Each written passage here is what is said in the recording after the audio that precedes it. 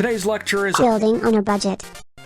A little less formal than the others, as I'm going to use this time for a bit of ranting. But before I go off, let's talk about money. Money.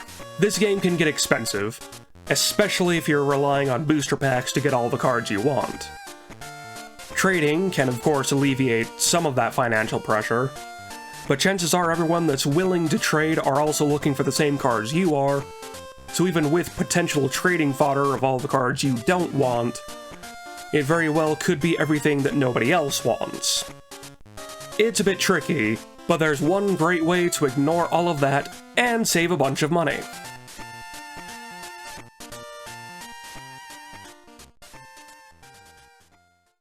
Before I get into what that is, as I'm sure you'll wait with bated breath for what that is, let's first hit the tips for budget building.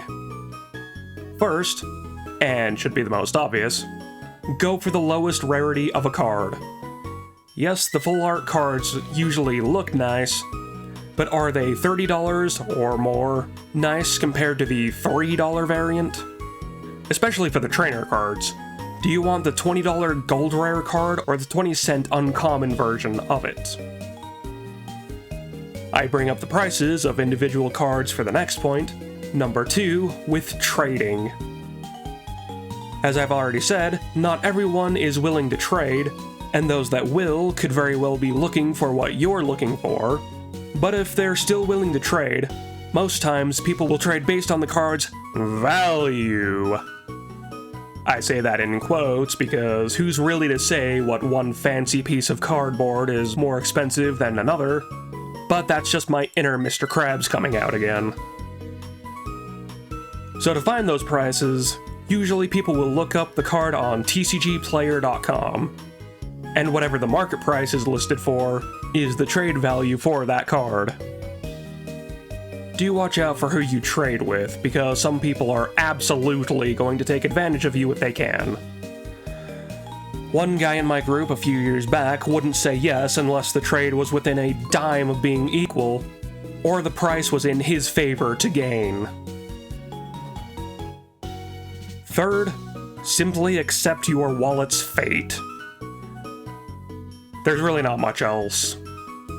You might be able to get booster boxes from a local card shop for a little under MSRP, or if you stake out Target on a Black Friday, you could get cheaper prices on tins, and that's speaking from experience, but it's rare to get cards for cheap. That is, of course, if you're insisting on opening the packs yourself. If you're like me, Scrooge McDuck. Hey, I wish I had that much money. But there is a way to save tons of money otherwise. The method is called buying singles.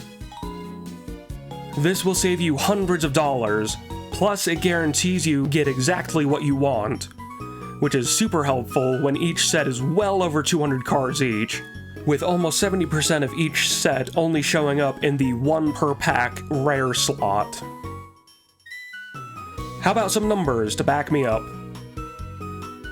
For the Scarlet Violet base set, my order was a bit under $80, and that got me 410 cards.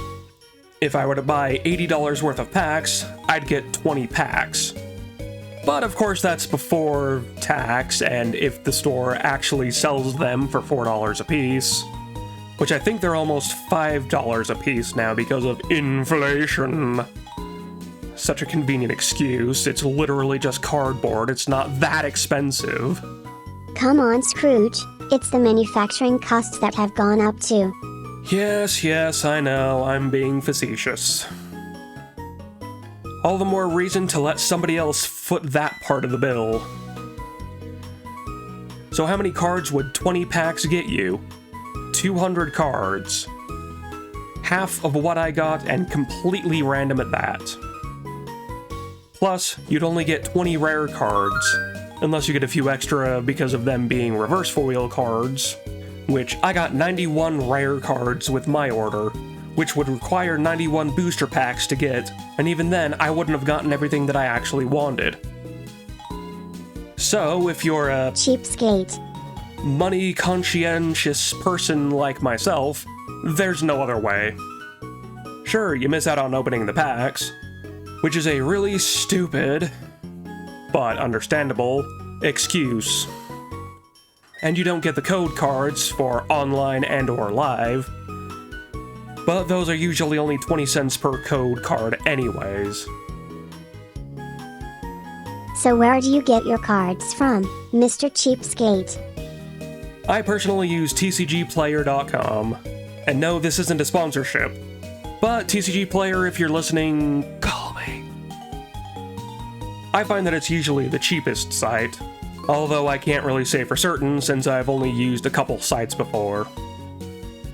If you need some more convincing, TCG Player is basically eBay but solely for card games. It's a bunch of people that bought a bunch of booster boxes and are trying to sell the leftovers to try to recoup some of the costs. Or card shops too, I don't know who all sells on it.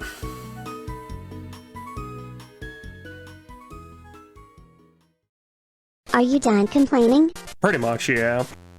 Sealed product is just so much more expensive, and it genuinely confuses me when people don't take advantage of buying singles. I had a friend that insisted on spending pretty much his entire paycheck on cards, but it was always packs and boxes. He could have just gone online and bought all the cards he wanted for way cheaper than what he spent weekly on the game. I do understand that some collectors want to complete their sets with cards they open themselves, but for the people who are actually playing the game, singles are such a better option. Anyways, enough of my ranting, this class is done for today. Next time is... Rules Glossary. See you next lecture.